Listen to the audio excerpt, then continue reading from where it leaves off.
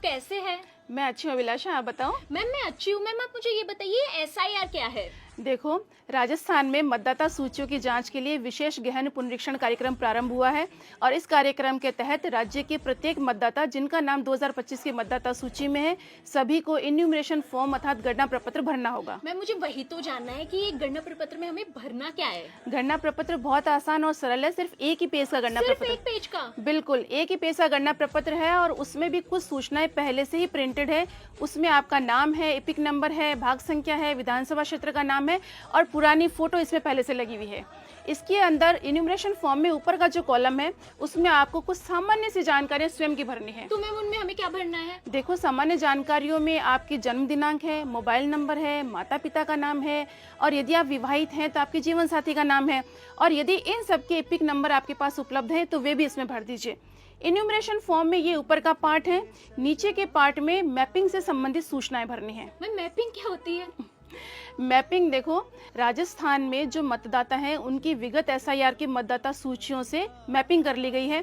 जैसे राजस्थान में विगत SIR 2002 में हुआ था या फिर देश के किसी अन्य राज्य में किसी और समय भी हुआ है, तो यदि उस मतदाता सूची में मतदाता का स्वयं का नाम है, इस स्थिति में इन्यूमरेशन फॉर्म में नीचे के पार्ट में बाएं भाग में वो सभी सूचनाएं भरनी है। तो अगर मैम उसमें मेरा नाम नहीं है तो? यदि 2002 की या विगत SIR की मतदाता सूचियों में आपका नाम नहीं है और आपके किसी रिश्तेदार का नाम है, रिश्तेदार जैसे? रिश्तेदार जैसे आपके माता पिता, दादा दादी या नाना नानी हो सकते हैं, तो इनकी वो सभी सूचनाएं इसके दाएं कॉलम में भरनी है ताकि आपका उनसे लिंक हो सके। तो मैम मैपिंग से फायदा क्या होगा?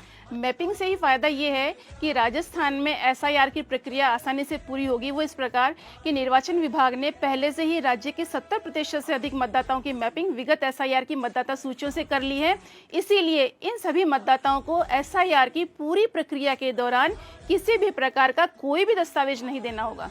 वाह मैम, ये तो अच्छा है। तो हम अभी भी मैपिंग करवा सकते हैं? बिल्कुल, आपके घर जब BLO आएंगे 4 नवंबर से 4 दिसंबर के बीच में गणना प्रपत्र भरवाने, तो उनकी मदद से या फिर आप स्वयं भी ECI की वेबसाइट पर, जिसका लिंक CO राजस्थान की वेबसाइट पर भी है, उस पर सभी राज्यों की मतदाता सूचियां अपलोड कर दी गई हैं। आप वहां से भी देख सकते हैं कि विगत SIR में आपका नाम किस सूची में है। तो मैम मेरे पापा आज से 10 साल पहले राजस्थान आए थे, तो क्या उनकी मैपिंग हो सकती है? बिल्कुल, वही वेबसाइट पर जाइए, वहाँ पर सभी सूचियां अपलोड की गई है, वहाँ से देखिए और मैपिंग करवाइए।